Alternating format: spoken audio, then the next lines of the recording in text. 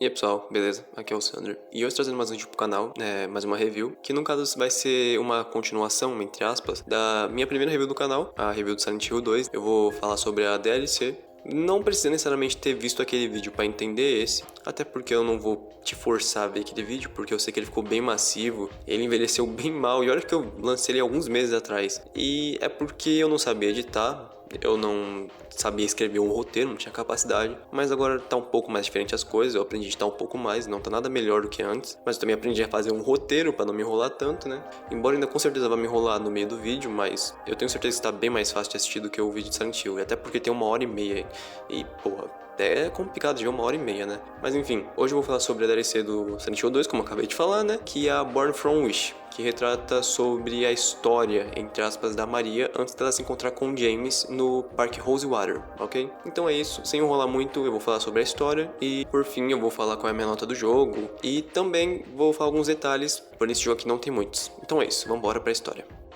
A DLC começa com Maria sentada na frente de um espelho, com um revólver na mão, falando com ela mesma sobre o estado crítico em que a cidade se encontra, e diz que só existem dois modos de escapar daquilo. Um dos modos seria ela lutar pela própria vida, e o outro modo seria ela simplesmente desistir da mesma e se entregar.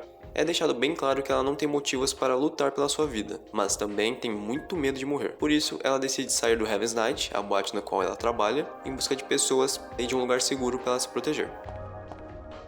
Após um certo tempo andando pela cidade que está cheia das criaturas que encontramos no jogo base, ela acaba chegando em uma mansão na qual ela tem a esperança de encontrar alguém vivo. Após um tempo de exploração, ela chega em uma porta, na qual ela escuta a voz de um homem. Porém, quando ela tenta abrir a porta, o homem a fecha rapidamente. O nome do homem que fechou a porta é Ernest Baldwin, e aparentemente ele é o dono da mansão. Maria tenta conversar com ele para poder abrir a porta, porém ele nega, pois ela quer ficar sozinha.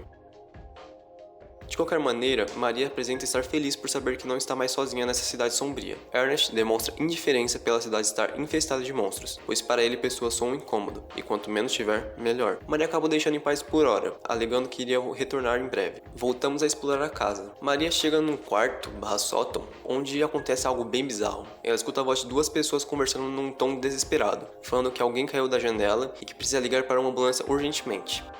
Eu devo confessar que nessa parte, quando isso aconteceu, porque tipo, acontece quando você vai começar a subir as escadinhas que leva literalmente pro sótão, né? Nessa parte eu me caguei completamente, porque eu também tava jogando sozinho em casa, eu tava no meu quarto escuro, foi uma quebra de silêncio enorme, tá? As pessoas começando a falar do nada, eu tomei um puta de um susto e foi difícil até de continuar jogando, porque eu fiquei assustado mesmo. Mas enfim, Maria resolve olhar pelo sótão, e ela acha o que parece ser um cartão de aniversário, que é destinado a Ernest. Sua filha Amy planejava entregar a ele, porém aparentemente não conseguiu fazer isso. Maria o coleta, e quando vai sair do sótão, ela escuta a voz de uma garota pedindo que Maria entregasse o cartão para o pai dela. Give it to my daddy. E nessa parte, meus amigos, se tinha alguma dúvida se eu estava cagado, caiu por terra, porque eu simplesmente fiquei congelado do susto que eu tomei, porque eu não tava esperando que ia ter outra voz, ainda mais sendo de uma criança que é bem mais assustadora, convenhamos, né? Então eu tomei um puta de um susto de novo e fiquei congelado por um tempo e até criar coragem de novo pra continuar jogando. Mas enfim, atendendo o pedido, ela leva o cartão para Ernest, que ao escutar o que havia acontecido, começa a chorar, por enfim entender o que havia acontecido com sua filha. Ela havia ido ao sótão para escrever esse cartão para Ernest, porém acabou caindo da janela com um envelope vazio, e o cartão em si acabou passando despercebido debaixo de uma poltrona até então. Com isso, entendemos a quem aquelas vozes se referiam: Amy Baldwin, de 7 anos. Ela havia sofrido uma queda fatal da janela do sótão. Maria se desculpa por Ernest relembrar de tudo isso. Porém, Ernest diz que está tudo bem, pois nunca havia esquecido de sua filha. Quando a Maria entrega o cartão ao Ernest, ele fala umas coisas que ao primeiro momento parece não fazer muito sentido. Ele diz que agora pode esperar por um milagre. Aparentemente ele conhecia Maria ou estava a esperando. Com tudo isso acontecendo, ele acaba deixando Maria meio confusa. Porém, ele pede um favor para ela. Ele pede que ela vá aos apartamentos ao lado da mansão e pegue um frasco que contém um líquido branco.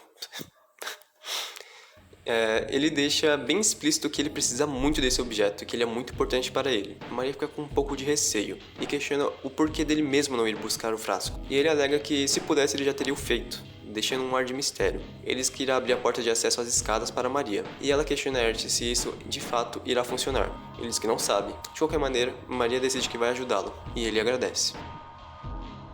Quando ela sai da mansão, ela acaba dando de cara com uma pichação que diz: cuidado, mansão assombrada, e isso fará mais sentido no futuro. Após enfrentar vários monstros e explorar os apartamentos, ela consegue encontrar o líquido, volta para a mansão e o entrega para Ernest.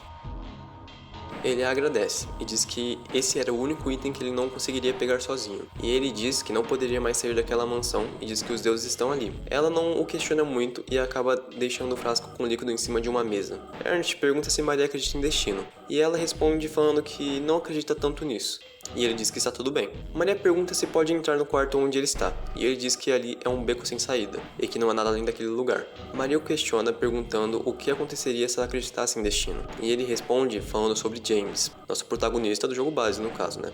Ele fala que ele é um cara mau, e fala que ele está procurando por Maria, e Maria acaba perguntando se ele sabe de mais alguma coisa. E ele diz que sim, mas quando vai dizer o que ele sabe, Maria acaba o interrompendo, alegando que ele não sabe de nada. Com isso, ela abre a porta, mas não havia ninguém lá, o que nos faz entender que Ernest provavelmente era um fantasma, que ao morrer ficou preso em sua casa, por isso não poderia sair para pegar o frasco, que acaba fazendo ligação, né, com a pichação que a Maria vê, que diz que a mansão é mal assombrada, né, então isso faz toda uma ligação.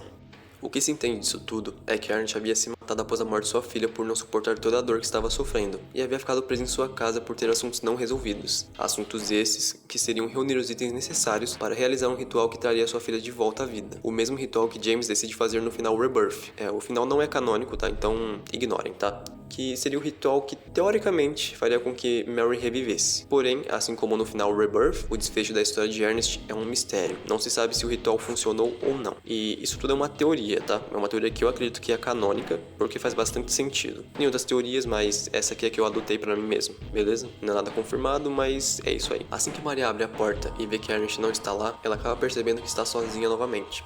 Ela pensa em se suicidar, mas desiste e joga a arma fora. E aparentemente ela entra num que parece ser um transe, que faz com que ela diga o nome de James e siga em direção ao parque Rosewater, no qual James a encontra no jogo base, ligando assim todos os acontecimentos. E assim a DLC acaba, com o diálogo que os dois têm quando se encontram pela primeira vez no parque. Mary?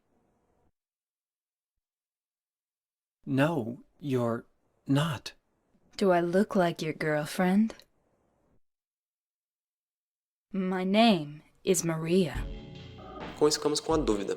Maria é apenas uma criação da mente perturbada de James, assim como os outros monstros que enfrentamos no jogo base? Ou Maria é de fato uma pessoa real que está apenas sendo usada por Silent Hill como uma forma de punir James? Isso, pelo menos pra mim, funciona muito bem, porque isso nunca foi esclarecido. Então o jogo deixa você criar a sua teoria, criar o que você acha que é verdade ou não, e eu acho isso muito bom de verdade.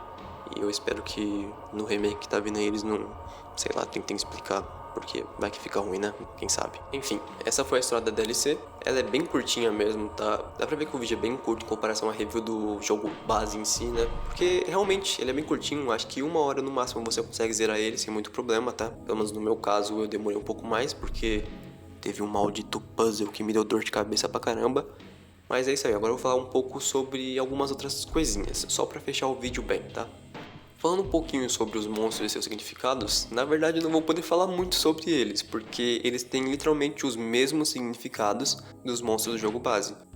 Como eu já disse, eu não vou pedir que você vá ver o vídeo da review do jogo base em si, né, porque ela é muito massiva, eu sei que acaba sendo chato assistir ela e tal, mas caso você queira ver, vai lá no vídeo e vai no momento certinho que eu falo sobre o significado deles, tá? Já tá marcado lá o tempo certo, tá? Então você vê o significado, se quiser voltar aqui depois pra continuar vendo, enfim, faça o que você quiser. Sobre os personagens, aqui temos bem poucos no caso, né? Que seria a Maria, né? A nossa protagonista na DLC, o Ernest Baldwin e a sua filha Amy, que só aparece como a voz dela e ela acaba sendo mencionada também, né? E o James também é apenas mencionado durante a DLC e podemos também ouvir sua voz no final. E esses são os personagens que estão na DLC.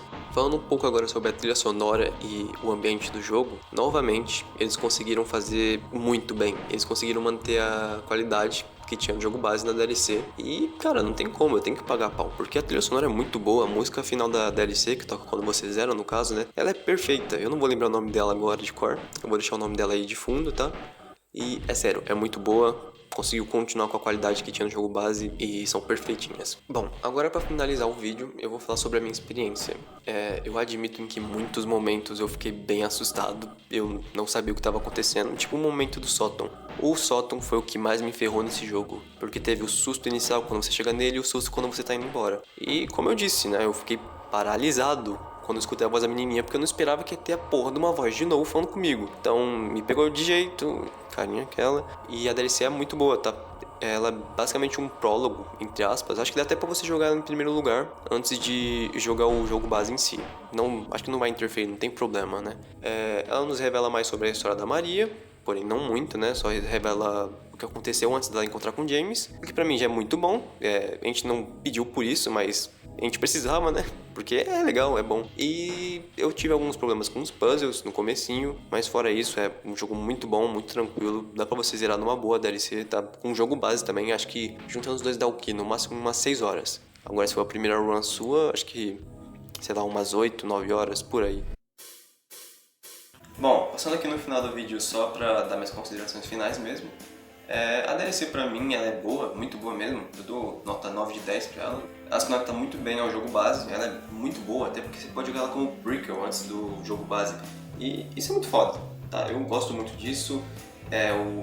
Expandiu mais a história do Silent Hill 2, mostrando a história da Maria antes dela chegar até o parque no qual ela encontra o James.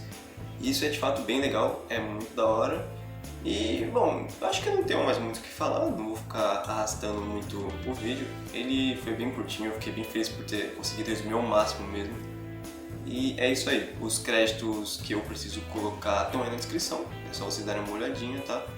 E, bom, acho que é isso, a gente se vê na minha próxima review, ou no próximo vídeo, seja lá qual for ele no canal. E, além do mais, falando aqui rapidinho que eu fiz um canal de gameplay com o meu amigo Vini, eu vou deixar o link do canal aqui na descrição, tá? E se for possível, dê uma passadinha lá pra dar uma força, beleza? E é isso aí, a gente se vê na próxima. Tchau!